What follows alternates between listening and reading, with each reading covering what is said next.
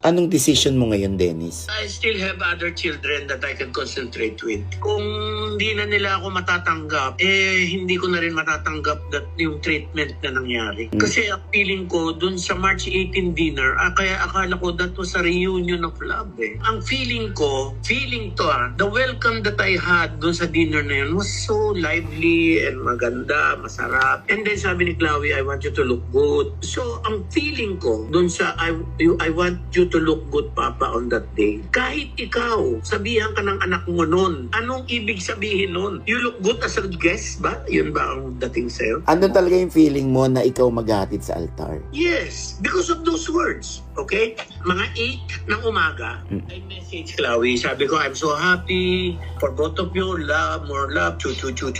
Mami, ang konti, nagre-ring yung telepono ko. Wala pang 2 minutes. Si Chloe. Sabi niya, good morning pa. Sabi ko, why? I need to tell you something. Sabi ko, what? Any problem? Ano sabi niya? Pa, hindi tuloy yung kasal. Sabi ko, why? What happened? Tapos umiyak. She was trying to control it. Kaya lang, nung magsalita ako na medyo nabasag yung boses ko, umiyak. Sabi ko, why are you crying? What happened ba? Anyway, huwag mo na sagutin yung tanong ko. If you're not happy with it, don't do it. If you are not sure with it, don't do it. English ako, English area yun. Sabi niya pa kasi napilitan siya magsalita kasi for the past 1 week, hindi ko nakikita yung interest ni Basti na magpakasal kami. Parang hindi siya sure. Sabi ko, ay mahirap yan anak. Huwag ka nang tumuloy. It's okay. People will understand. I will understand. Sabi ko, number 1, you're beautiful. Number 2, you are still young. And number 3, you are a very good human being.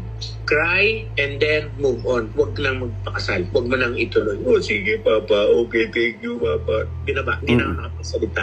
I called my mom. Kasi papunta na ako sa nanay ko. Sabi ko, ma, may balita, malungkot. Sabi, hindi na matutuloy ang kasal. Umiyak yung nanay ko. Sobra. Sabi, ano ba yan? Bakit? Hindi, sabi ko, ma, wag ka na muna magtanong. Basta ang importante, sinabi ko kay Chloe, kung masaya ka, tuloy. Pag hindi masaya, wag ituloy. Ganun kasimple, ma. Okay. Nagdadasal nga ako. Nagkakrosaryo ko ngayon. Chu. Anyway, ma, okay na. Huwag ka na magbihis. Okay na yan. Wala nang makeup na mangyayari. After an hour, wala na. Nagubad na akong damit. Umiiyak din ako. Nagubad na ako ng damit. Nagpambahay na ako. Kinuha ko na nga yung basahan. Nilinisin ko na lang yung kotse ko. Alam mo yun. After an hour, exactly 9:30, tumawag ulit. Papa, tuloy na yung kasal. Hindi ako nagtanong masyado. Kasi 9:30 na, alabang ang wedding. Susunduin ko pa sa Caloocan City ang nanay ko. Hindi na sapat yung oras ko. Mabibitin na. So tumakbo na ako. Sinundo ko na yung nanay ko. Awa ng Diyos, wala naman traffic sa Skyway. Bago mag-alauna, nasa tabi na kami ng simbahan. Sa gutom namin, nasa likod kami ng simbahan, meron